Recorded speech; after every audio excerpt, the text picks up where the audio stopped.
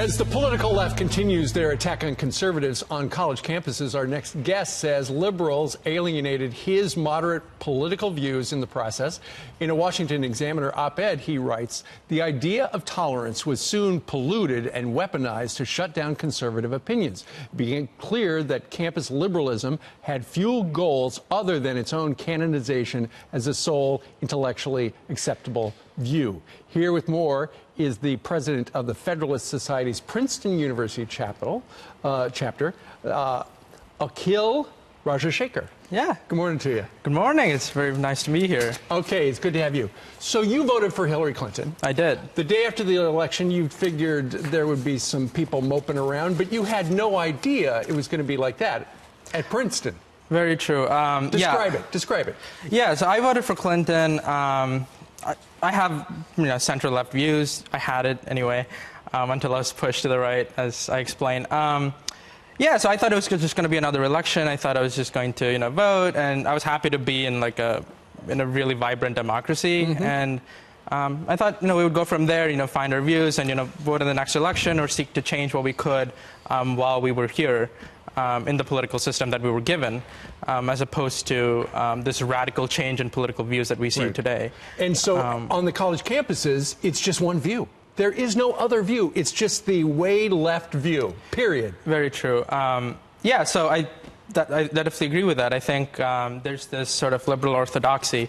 And I think that it's sort of aggravated in elite campuses, just because, like I say, I call it the canonization of its own view. And I think there's this idea that if you're not a liberal, you're an idiot, so to speak. That's the general idea, right? So, it's liberals or the intellectuals. How many conservatives are there at Princeton? Not many.